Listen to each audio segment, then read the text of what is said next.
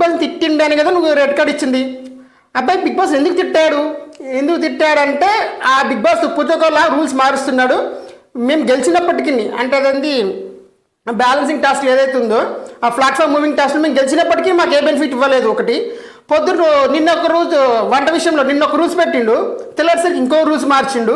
ఓకేనా, దాంతోపాటు బెలూన్స్ టాస్క్లో మాకు అన్యాయం జరిగింది అనిపించింది. ఓకే, బెలూన్ టాస్క్ గురించి క్లారిఫికేషన్ ఇచ్చా, ఓకే బాగానే ఉంది.